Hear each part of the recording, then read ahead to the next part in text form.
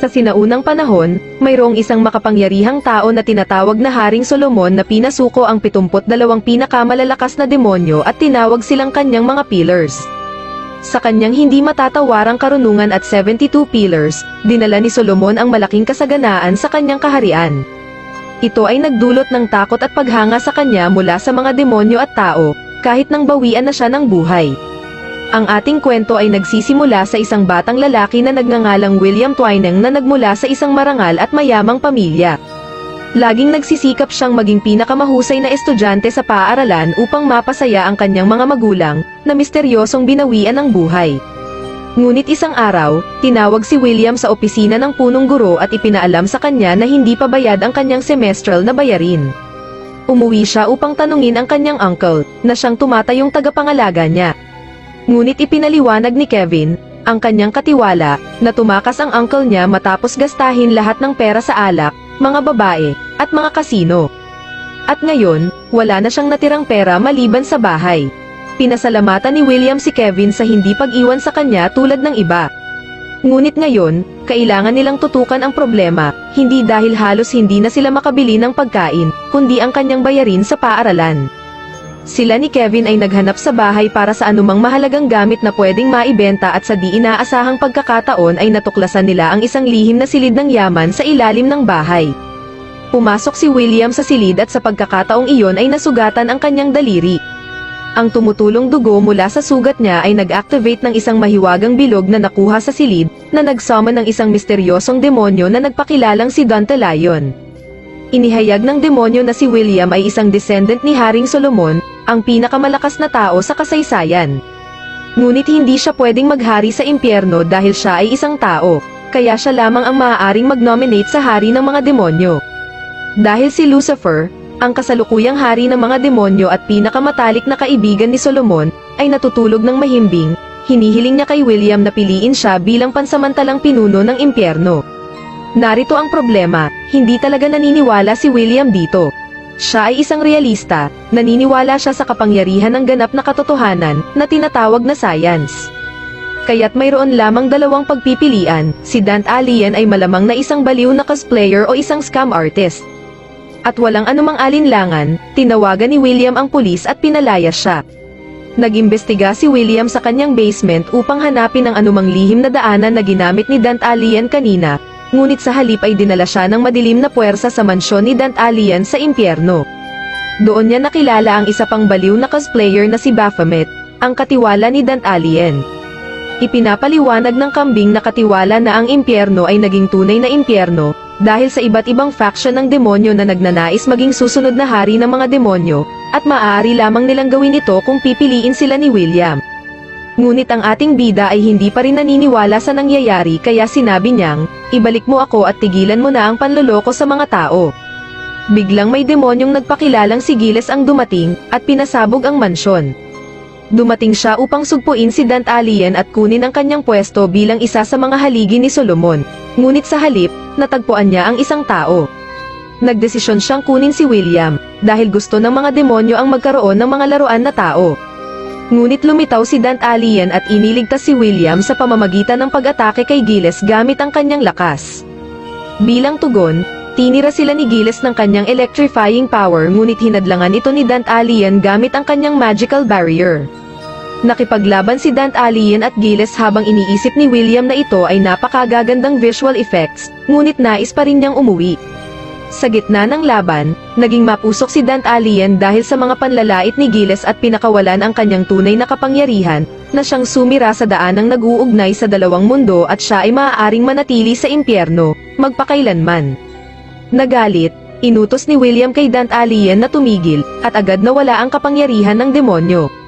Umurong si Giles upang iulat ang pangyayaring ito sa kanyang amo. Tinawag ni Dandelion si William bilang Solomon at hindi makapaniwala. Ipinahiwatig na siya ay ang muling isinilang na kaluluwa ni Solomon, at pinadala siya sa mundo ng tao. Bigla ang tinawag si William sa opisina ng punong guro, kung saan nalaman niya na bayad na ang kanyang bayarin sa paaralan, at hindi lamang iyon, nagbigay din ng malaking donasyon ang akademya. Inisip niya na baka ang kanyang uncle ang gumawa nito, ngunit lalo siyang nagulat nang malaman niya na sumali si Dandelion sa kanyang klase bilang isang transferee. Ibinunyag ni Dantalian kay William na siya ang nagbayad ng kanyang matrikula at humihiling na bayaran siya sa pamamagitan ng pagpili sa kanya bilang pansamantalang pinuno, ngunit tumanggi si William. Sinubukan ni William na maghanap ng ibang solusyon sa pamamagitan ng paghingi ng tulong sa kanyang kaibigan na si Mycroft para sa mga scholarship program, upang hindi na siya magkaroon ng utang kay Dantalian. Pinakilala siya ng kanyang kaibigan na si Isaac sa mas batang estudyante na si Saitri na nagsabi kay William na handa ang kanyang tito na maging kanyang patron at inimbitahan siya sa kanyang manor.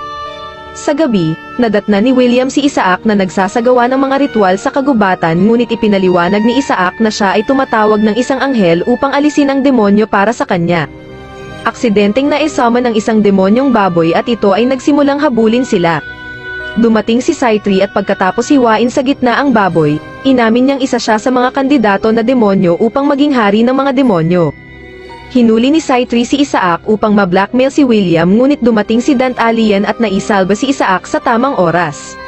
Naglaban ang dalawang demonyo sa isa't isa. Si William, na hindi nais makisali sa kanila, ay nagpasyang umalis, ngunit ikinulong sila ni Saitri at Isaac sa isang hawla. Sa inis, inutos ni William sa kanila na tumigil, anupat na wala ang kanilang mga kapangyarihan. Ipinahayag niya na hindi siya pipili ng bagong hari ng mga demonyo at bumalik sa kanyang kwarto. Unti-unti nang napagtanto ni William na ang mga demonyo na kabilang sa 72 pillars ay hindi maaaring sumuway sa kanyang mga utos, kaya iniutos niya kay Dantalian na manatiling malayo sa kanya.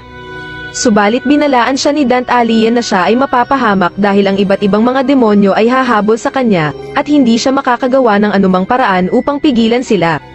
Sa kabila ng mga babala, inimbestigahan ni William at ng kanyang grupo ang mga chismis tungkol sa ghost hunting sa kanilang paaralan at natuklasan nila ang isang mababang uri ng demonyo sa kagubatan. Tumakbo palayo ang demonyo matapos silang tamaan ng kanyang makapangyarihang atake na sinalo ni Saitri gamit ang kanyang magical barrier. Matapos sundan ang demonyo sa simbahan ng paaralan, bigla ang sinugod ni Crosby, ang pastor ng paaralan, si Saitri. Inamin niya na ginamit niya ang demonyo upang akitin sila. Nagtatrabaho siya bilang isang exorcist para sa isang organisasyon na tinatawag na Hand of God, na nagnanais tapusin ang lahat ng mga demonyo at tapusin si William, dahil siya ang tanging makakapili ng susunod na hari ng mga demonyo. Nakipaglaban si Saitri kay Crosby upang iligtas si William, ngunit madali siyang na-corner ni Crosby.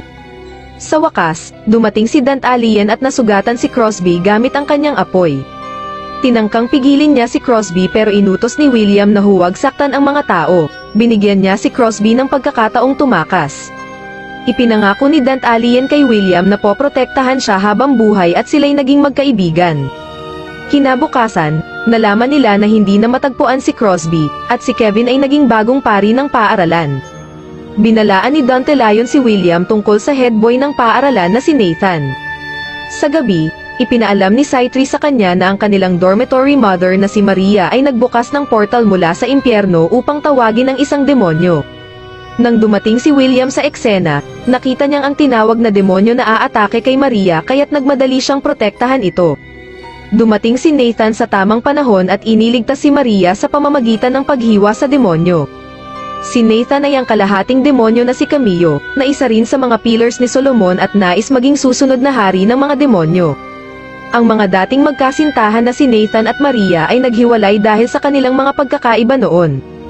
Hinarap ni William si Maria, at inamin niyang may sakit siya sa baga.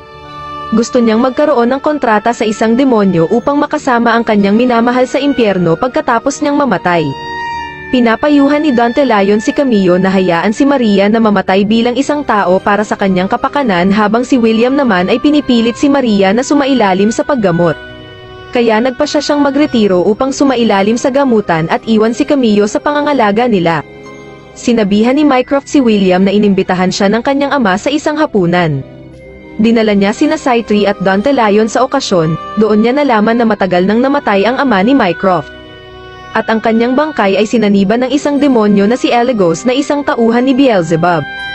Hinarap siya ni William, at ipinaliwanag ni Elegos na iniutos sa kanya ni Beelzebub na tapusin siya dahil sa kanyang kapangyarihan na pumili ng susunod na hari. Inatake siya ni Elegos gamit ang kanyang metallic chain. Ngunit pinigilan ito ni Dantalian sa pamamagitan ng pagsunog sa kanyang mga kadene gamit ang apoy.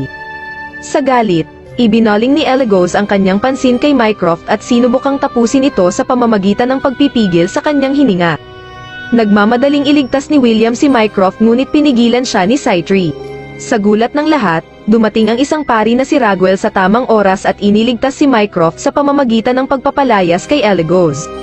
Isang araw, natanggap ni William ang magandang balita na ang lahat ng kanyang mga kaibigang demonyo ay bumalik sa impyerno para sa kanilang mga mahalagang gawain. Kaya masayang ginugol niya ang kanyang oras sa paghahanda para sa school play ngunit maya-maya ay namiss niya ang kanyang mga kaibigan. Kinagabihan, napansin ni William ang kakaibang fog na pumapalibot sa paaralan. Nagmadali siyang lumabas upang tingnan ito at siya ay nagulat sa nakita. May mga hordes ng mapaminsalang demonyo na pumunta sa kanyang direksyon upang tapusin siya. Dumating si Scythree at inihayag na ang mga demonyong ito ay ipinadala ng kanyang uncle na si Bolberith upang kunin ang kanyang kaluluwa. Pinrotektahan ni Scythree si William sa pamamagitan ng pagputol sa mga demonyo gamit ang kanyang kapangyarihan ngunit nasaktan siya ng isa sa mga demonyo. Nalagay sa panganib ang buhay ni William ngunit sa tamang oras ay dumating si Dandelion at iniligtas si William sa pamamagitan ng pagwasak sa mga demonyo gamit ang kanyang mga apoy. Pagkatapos nito, sinubukang gawa ng isang sneak attack si William ng isa pang demonyo ngunit isang misteryosong barrier ng proteksyon ang nag-activate at natapos ang demonyo. Nagumpisa ang protection barrier na ma-exercise si Dandelion. Dahil dito, nagwala si Dandelion at sinikmuraan si William upang tapusin. Ginamit ni Camillo ang kanyang elektrikong kapangyarihan upang iligtas si William mula kay Dandelion at tapusin ang natitirang kaaway. Pinagaan ni William ang mabigat na mod nang subukang humingi ng tawad sa kanya ni Dandelion upang hindi na siya makaramdam ng pagkakasala. May bagong estudyante na si Elliot na hinamon si William na siya ang magiging top sa darating na pagsusulit. Dahil dito, mas pinagsikapan ni William ang pag-aaral para sa exam dahil ang kanyang scholarship at dignidad ng pamilya ay nasa bingit. Binalaan ni Dandelion si William na lumayo kay Elliot, na nagsasabing maaaring siya ay nagmula sa isang santo, o isang anghel, na nagnanais na kontrolin o patayin siya. Ngunit binaliwala ni William ang mga babala, umalis sa galit dahil mas magaling si Elliot kaysa sa kanya. Sa huli, sa oras ng huling exam, lumitaw ang mga sagot sa mesa ni William mula sa wala, parang mahika. Dahil dito, siya ay naakusahan at ikinulong sa isang kwarto bilang parusa sa pandaraya. Pumunta si William sa paglilitis upang linisin ang kanyang pangalan, kung saan tinanong siya ng pinakamapangahas na tanong kailanman. Sino ang mas mahal niya? Diyos o ang mga demonyo? Biglaan, siya ay inilipat sa ibang dimensyon, kung saan nakilala niya si Elliot. Sinubukan ni William na harapin siya, at ipinakilala ni Elliot ang sarili bilang si Archangel Michael, ang pinuno ng lahat ng mga anghel, at inihayag na plano niyang gawin si William bilang alagad ng langit. Sinakal ni Michael si William at sinubukang saksakin siya. Ngunit sa tamang oras ay dumating si Scythree at sinubukang iligtas siya. Pagkatapos ay tinakat ni Michael si Scythree gamit ang buhay ni William para patigilin siya. Dumating si Dandelion at iniligtas si William mula sa kamay ni Michael. Sila ay nakipaglaban ng matindi, kung saan nalampasan ni Michael at natalo si Dandelion. Ngunit ang pagkakamali ni Michael ay magsalita tungkol sa nakaraan ni Dandelion, na nagpagalit sa demonyo, na siyang nagpalabas ng kanyang tunay na kapangyarihan at tinalo ang demonyo. Punong-puno ng galit, sinimulan ni Dandelion ang pag-channel ng kanyang lahat ng kapangyarihan upang tapusin ang anghel, ngunit sinira ni Kevin ang kanilang laban, na nagbigay daan kay Michael na makatakas. Bumalik si William sa paglilitis ng ligtas at napatunayan ang kanyang kainosentehan sa tulong ni Isaac at Camillo. Sa gabi, natuklasan ni William ang singsing na kayamanan ng kanyang pamilya sa kwarto ni Kevin na nagpaalala sa kanya sa kamatayan ng kanyang mga magulang at kung paano siya inaliw ni Kevin sa mga mahihirap na panahong iyon. Kaya pinili niyang panatilihin ang singsing para sa kanyang sarili at bumalik sa kanyang kwarto. Sa gabi, lumapit si Kevin sa kanya habang siya ay natutulog. At sinubukang isagawa ang isang spell sa kanya, upang ilabas ang kanyang alaala, na nagpapahintulot sa langit na kontrolin ang kanyang isip ayon sa kanilang kagustuhan. Inihayag na si Kevin ay isang anghel at ang taong tumapos kay Solomon. Siya ay kumikilos ayon sa utos ni Michael, dahil ang kanilang tanging hangarin ay samantalahin ang pagtulog ni Lucifer upang salakayin at wasakin ang impyerno. Sa kabutihang palad, hindi gumana ang spell kay William, hindi dahil siya ay imyon. Ngunit dahil siya ay isang realista, hindi siya naniniwala sa Diyos. Kaya, Hindi siya masasaktan ng banal na mga spell. Kinabukasan, dinala siya ni Demon Lamia sa isang pulong na isinagawa ng 4 na demons sa impyerno upang bigyan siya ng proteksyon laban kay Michael. Ngunit hiniling ng 4 na demonyo kay William na pumili ng bagong hari upang pumalit kay Lucifer.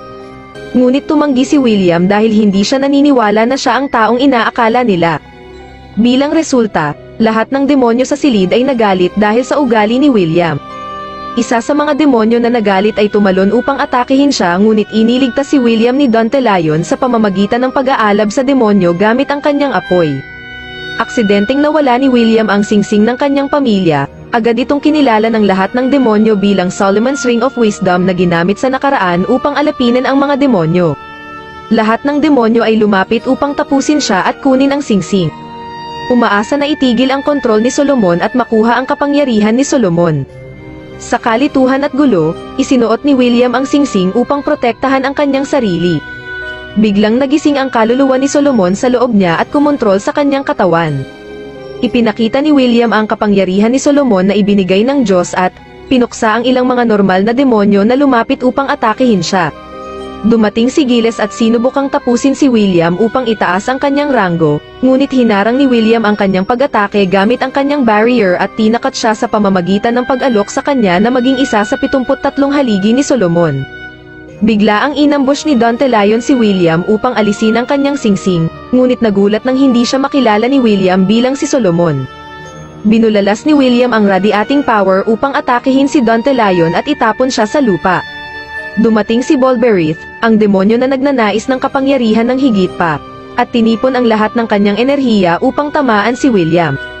Upang makuha ang singsing ni Solomon mula sa kanya, ngunit ipinagtanggol ni William ang kanyang sarili sa pamamagitan ng paglikha ng isang barrier.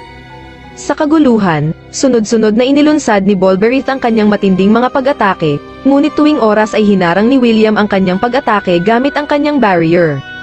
Sinubukan ni William na kontrolin ang mga mabababang klase ng demonyo upang labanan si Bolberith, ngunit tinalo ito ng demonyo at nilapitan siya upang kunin ang singsing. Sa gulat ng lahat, tinanggihan ng singsing si Bolberith, lumikha ng malaking pagsabog na itinapon si Bolberith sa lupa. Naglunsad si William ng kanyang huling atake upang patayin si Bolberith.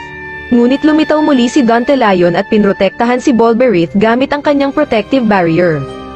Hindi niya nais na dumanas si William ng kapalarang pinagdaanan ni Solomon, nais niyang protektahan ang kanyang master. Nakiusap si Dantelion kay William na alalahanin ang kanyang sarili at paulit-ulit na tinawag ang kanyang pangalan upang putulin ang kontrol ni Solomon sa kanya. Sa sandaling iyon, nagising si Lucifer mula sa kanyang pagkakatulog. Napangiti si Solomon dahil bumalik na ang kanyang pinakamatalik na kaibigan. Pinayagan ni Solomon si Dantelion na alisin ang singsing mula sa daliri ni William at itigil ang pagkontrol sa kanya. Nang magising si William, nalaman niya mula kay Isaac na binigyan siya ng buong scholarship, ngunit hindi na siya masaya dahil, maliban sa kanya, nakalimutan ng lahat ang kanyang mga kaibigan, na nagpapatanong sa kanya kung sila ay totoo. Hanggang sa ilang araw pagkatapos, lumitaw si Dantelion at ibinalik ang kanyang singsing.